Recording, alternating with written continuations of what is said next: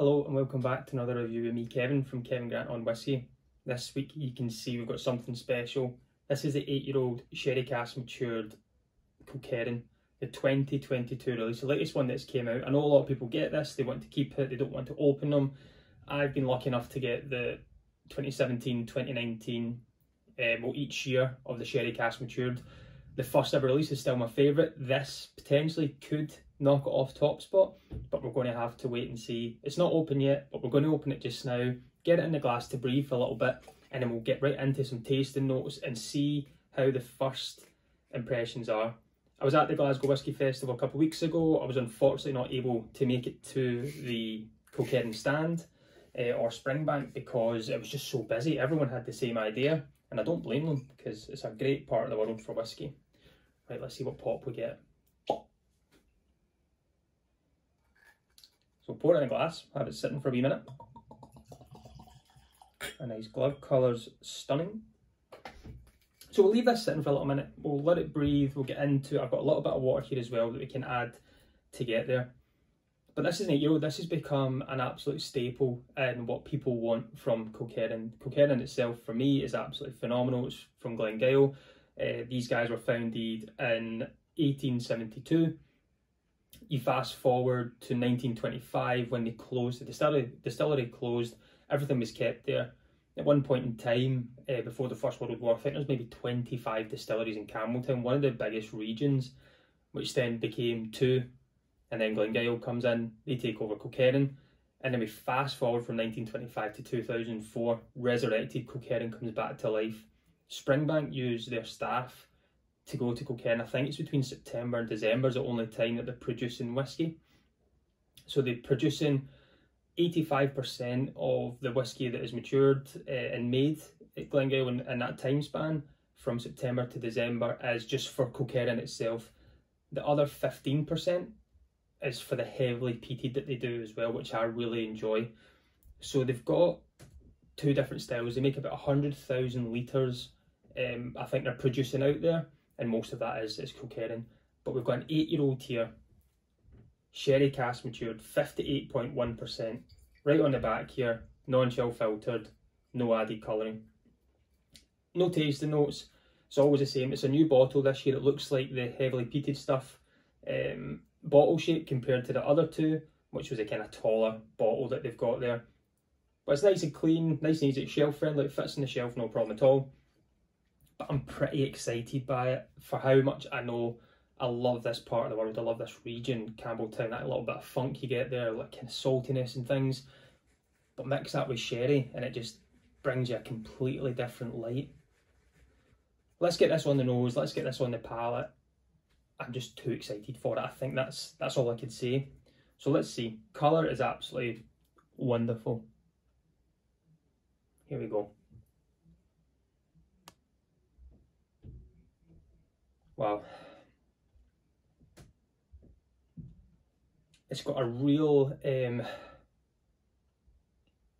sherry note. It's got that little coastal hit to it as well. That we see as if a cherry gatto with sea salt being just dropped on top, the kind of crystalled salt.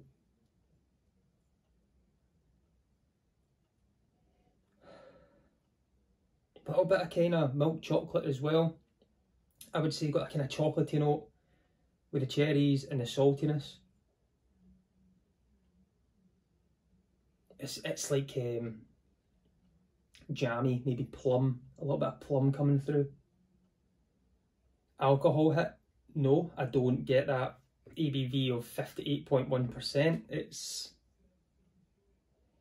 And I'm taking big breaths as well, and sometimes you can take one and it draws you back because of how much the alcohol can affect you, but here it's as if that sherry is just thick and tart and yummy. Let's try this on the palate. We'll go without water and then we'll have a wee bit in there. Slange everyone.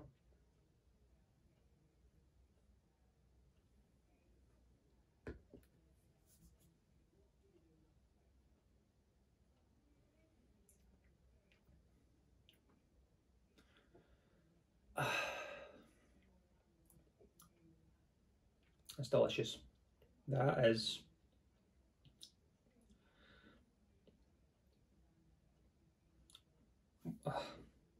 I just forgot what it tasted like. I just got caught in a moment there. That was stunning. What I like in a whiskey. 6 round. There's a wee bit of spice at the end as well. I like that. Textured.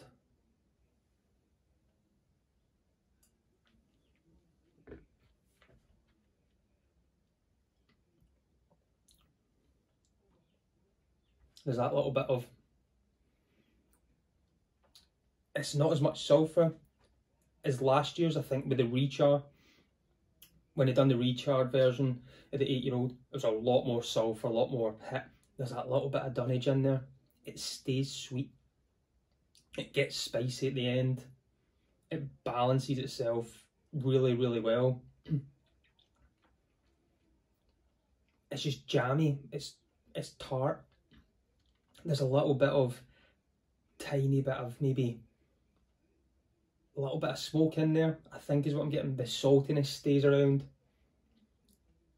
It is as if it's like salty caramel, to the extent just those clumps of salt on top, that when you bite into something you just get a little bit, and it just gives that little burst through.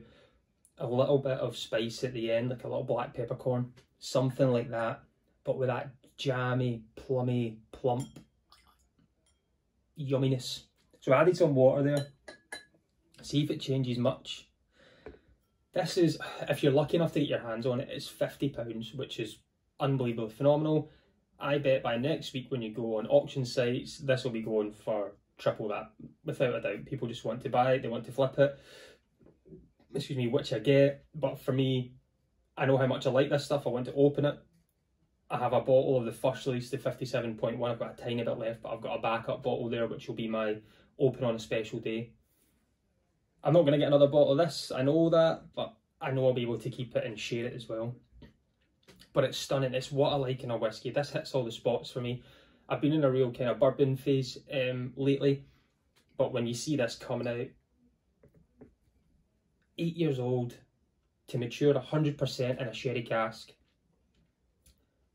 the quality of everything, of the aging process, of where it's kept, to the cask, to the distillate, to the people in charge, they just knock it out of the park for me. So there's that wee bit of water. Again, I could be used to the smell. I'm getting that, it's now like smelling like sherry. Generally getting a nice hit of sherry there. I know it's not Pedro Jimenez, but there's just this nice, silky, sweet, easy sherry note. Wee bit of dunnage. Just jammy, plummy, salty.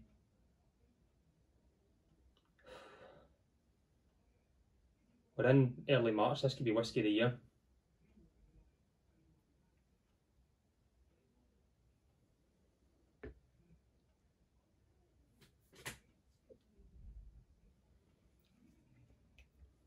Stunning, absolutely stunning. The thing is, for how sweet it is, it's not overly sweet, which it doesn't put you off. I could pour another dram of this and enjoy it. Some sherry whiskies can be very sweet and like, oh wow, one and done. This, the balance of everything is just quality for me. So glad I've opened this. If you've not, I would urge you to open this. That's stunning. Stunning. I'm going to keep it forever. Well, it probably won't last too long, because I know when people come round, I'm going to be sharing this and letting people try it, because I know a lot of people aren't able to. So I will be sharing this out, and it won't last too long, but as long as other people get to try it and I can see their reaction. If you've tried it, let me know in the comments below what your reaction is, if you've enjoyed it as much as me. As I say, this could potentially be my whiskey of the year, and we're only in early March. If you like the video, hit the like button, hit subscribe for weekly content as well. You'll see me talking about whiskey, everything about whiskey. And I might even do in time a comparison between the three. I've still got some left from the first release, last release, and now I've got this one. So I'll do a wee comparison and see what the favourite is and what comes out on top. But again, thanks for tuning in, thanks for watching me. Thanks Kilkerran for making this. Glengyle, absolutely fantastic, unbelievably juicy, quality, I don't know what other words I can use to describe this. Phenomenal whiskey. I think it's the first time I've kissed a bottle. But I've been Kevin from Kilkerran Whiskey. Join me next week. Let's talk whiskey. Slange.